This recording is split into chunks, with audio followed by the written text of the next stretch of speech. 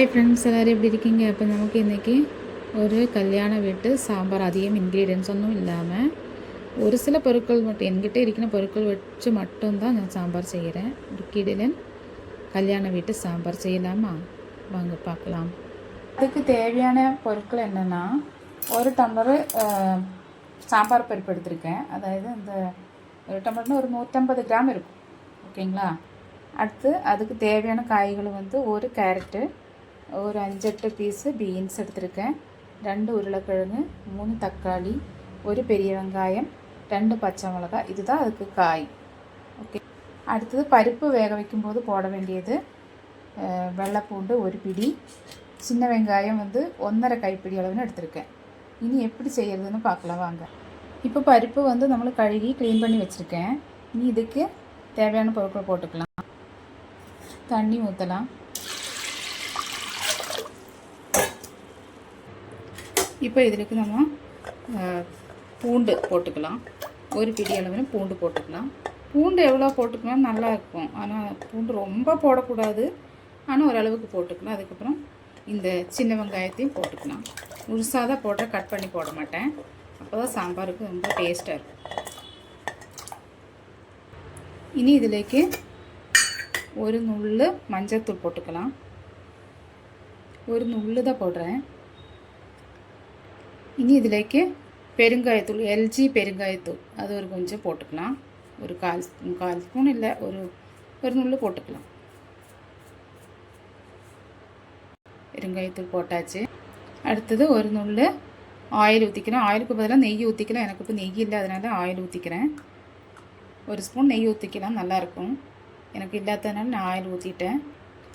அடுத்தது 2 தக்காளியை கட் பண்ணி போட்டுக்கலாம்.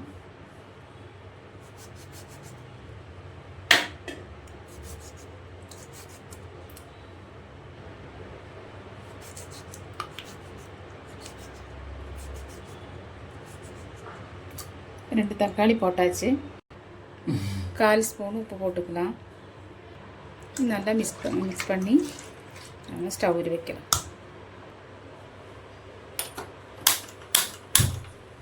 ஸ்டவ்வில் வச்சாச்சு. அடுத்து நம்ம இது ஒரு விசில் வரட்டும்.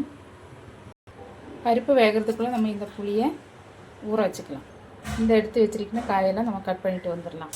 இப்போ நமக்கு குக்கர் விசில் வந்தாச்சு, ஆஃப் பண்ணிக்கலாம் ஸ்டவ் ஆஃப். இப்போ பருப்பு வெந்தாச்சு, காயெல்லாம் கட் பண்ணி வச்சுருக்கேன்.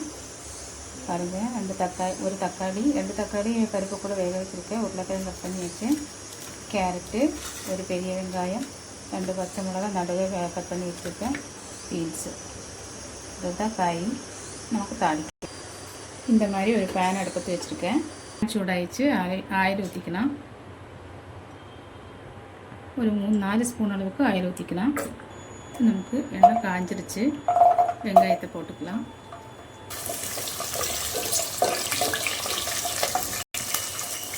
வெங்காயம் பொரிஞ்சாச்சு. கடுகு போட்டுக்கலாம்.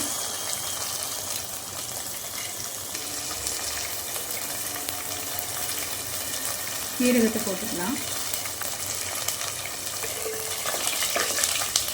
கடுகு சீரகம் போட்டாச்சு. 1/4 ஸ்பூன் சீரகம் தான் போட்டுருக்கேன். 1/4 ஸ்பூன் கடுகு போட்டாச்சு. பொரிஞ்சாச்சு. வரமிளகு போட்டுக்கலாம்.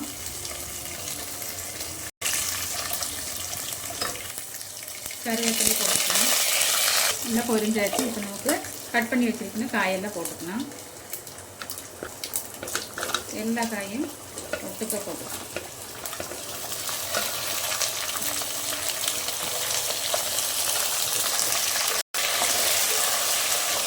நல்லா ஒன்றும் வந்துட்டோம்.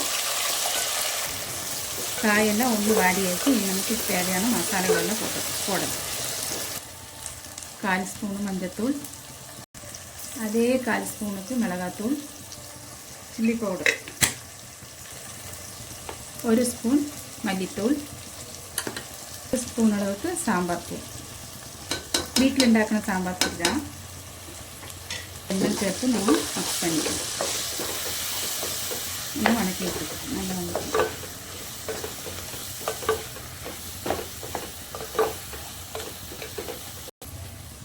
1/4 ஸ்பூன் உப்பு போட்டிருக்கேன். ஏன்னா பருப்பில் கொஞ்சம் உப்பு போட்டிருக்காங்க, அதனால 1/4 ஸ்பூன் போட்டிருக்கேன். காயில் உப்பு பிடிக்கணும் இல்லையா, அதனால நல்லா மிக்ஸ் பண்ணி விட்டுக்கலாம். ஒன்று வாடியாச்சு, ஒன்று வாடினா போதும், கொஞ்சம் வேக விடணும். பருப்பெல்லாம் நம்ம நல்லா வெந்திருக்கோம். ஒரு விசில் தான் விட்டுருக்கேன். பருப்பெல்லாம் நல்லா வெந்தாச்சு. இல்லை, நீ இதோட தண்ணியை கொஞ்சம் இந்த காய் கூட ஆட் பண்ணிக்கலாம். இதோட தெளி தண்ணி மட்டும்தான் நம்ம ஆட் பண்ண போகிறோம். பருப்பு காயெல்லாம் வேகிறது. நல்லா மிக்ஸ் பண்ணி ஒன்று வேகட்டும், லைட்டாக ஒன்று வேகட்டும், காயெல்லாம் ஒன்று வேகும். இப்போ இதை வந்து நல்லா ஒன்று தொலைச்சி இந்த காயெல்லாம் ஒன்று வேகட்டும். ஏற்கனவே வணக்கினதுனால கொஞ்சோண்டு வெந்திருக்கு. ஒரு தலை தலைக்கிட்டு நல்லாயிருக்கும். இப்போ நல்லா மூடி போட்டு மூடி ஒன்று வேகட்டும். இப்போ நம்ம காயெல்லாம் நல்லா வெந்துருச்சு. இது கூட நம்ம பருப்பு வேக வச்சிருக்கிற பருப்பு ஆட் பண்ணலாம். இந்த பருப்பை வந்து ஆட் பண்ணலாம். பருப்பெல்லாம் நல்லா ஆட் பண்ணியாச்சு. இதுக்கு ஒன்று திளைக்கட்டும். அதுக்கப்புறம் புளி இனி இது ஒன்று திளைக்கட்டும். இது கூட இனி லாஸ்ட் இன்க்ரீடியன்ஸாக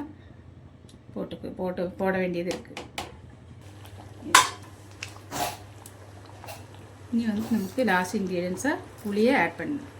கரைச்சி வச்சிருக்கணும் புளியை ஆட் பண்ணணும்.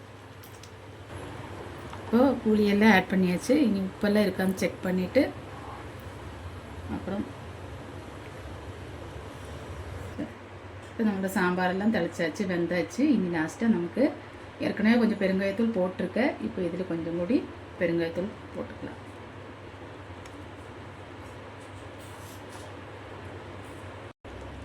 இனி கொஞ்சம் கொத்தமல்லி தழை கட் பண்ணது வைக்கலாம். நல்லா மிக்ஸ் பண்ணி விட்டுட்டு ஸ்டவ் ஆஃப் பண்ணிக்கலாம். ஓகேங்களா? அப்போது எல்லார் வீட்டிலும் இது போல் செஞ்சு பாருங்கள். ஒரு அட்டகாசமான கல்யாண வீட்டு சாம்பார். ஓகே, இனி அடுத்த வீடியோவில் பார்க்கலாம். ஓகே, பாய். எல்லோரும் சப்போர்ட் பண்ணுங்கள், சப்ஸ்கிரைப் பண்ணுங்கள். சப்ஸ்கிரைப் பண்ணாதவங்களை பண்ணுங்கள், லைக் பண்ணுங்கள், கமெண்ட் பண்ணுங்கள், ஷேர் பண்ணுங்கள். ஓகே, பாய்.